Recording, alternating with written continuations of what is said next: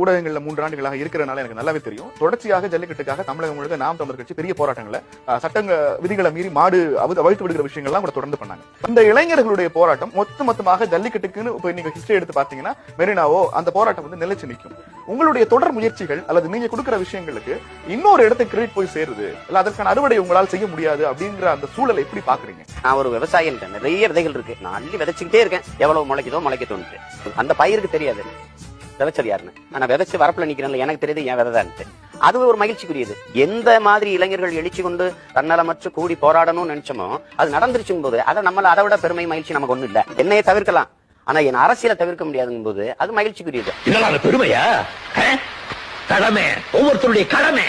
என்ன சொல்ல மண்ணு வாழும் மத்தவங்க கண்ணு படும் அந்த கதை இப்ப உள்ள